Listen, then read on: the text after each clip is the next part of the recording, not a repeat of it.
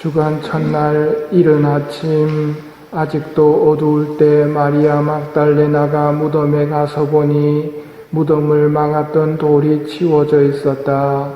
그래서 그 여자는 시몬 베드로와 예수님께서 사랑하신 다른 제자에게 달려가서 말하였다. 누가 주님을 무덤에서 꺼내갔습니다. 어디에 모셨는지 모르겠습니다. 베드로와 다른 제자는 밖으로 나와 무덤으로 갔다.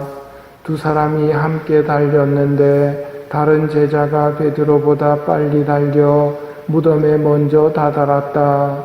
그는 몸을 굽혀 암화포가 놓여 있는 것을 보기는 하였지만 안으로 들어가지는 않았다. 시몬 베드로가 뒤따라와서 무덤으로 들어가 암화포가 놓여 있는 것을 보았다. 예수님의 얼굴을 쌌던 수건은 암화포와 함께 놓여 있지 않고 따로 한 곳에 객혀져 있었다. 그제야 무덤에 먼저 다다른 다른 제자도 들어갔다. 그리고 보고 믿었다.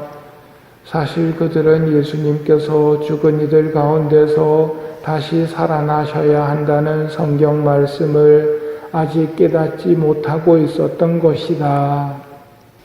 방금 들은 복음에서 마리아 막달레나가 무덤에 가서 보니 무덤을 막았던 돌이 치워져 있었다. 그래서 시몬 베드로와 예수님께서 사랑하신 다른 제자에게 달려가서 이 사실을 알리며 함께 무덤으로 옵니다. 그들은 빈 무덤을 발견합니다.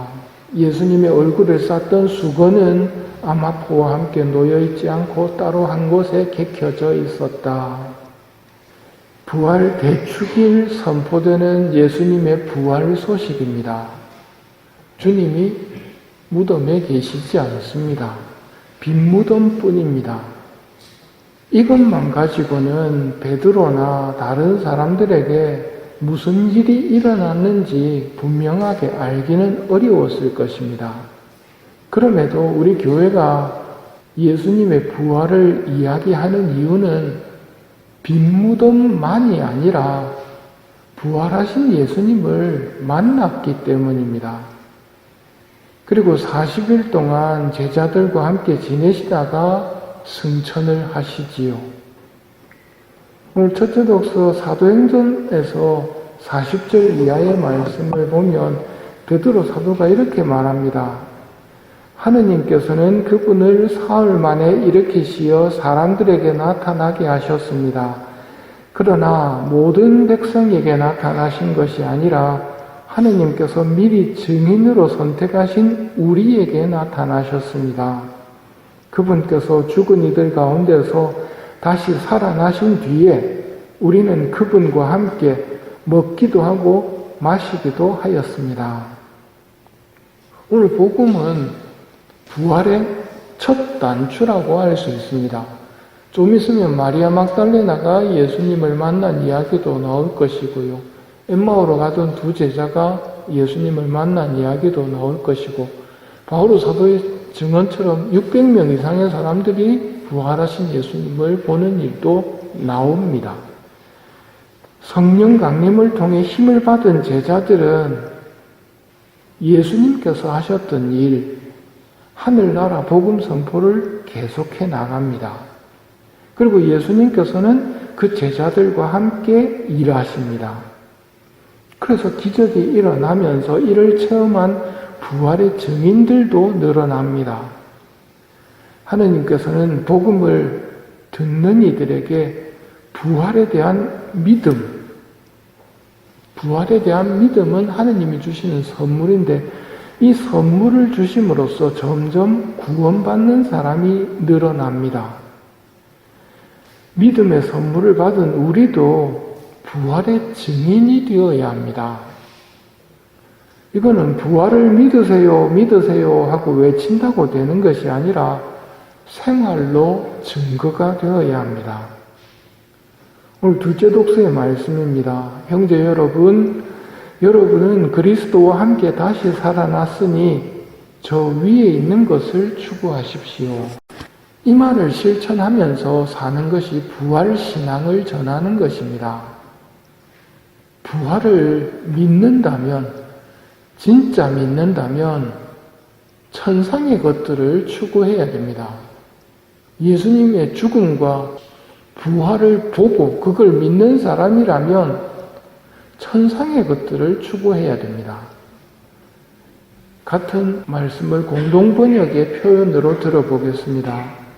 이제 여러분은 그리스도와 함께 다시 살아났으니 천상의 것들을 추구하십시오. 거기에서 그리스도는 하느님의 오른편에 앉아 계십니다. 여러분은 지상에 있는 것들에 마음을 두지 말고 천상에 있는 것들에 마음을 두십시오. 여러분은 이 세상에서는 이미 죽었기 때문입니다. 천상의 것들을 추구하십시오. 지상에 있는 것들에 마음을 두지 말고 영원한 것들에 마음을 두십시오. 여러분은 이 세상에서는 이미 죽었습니다.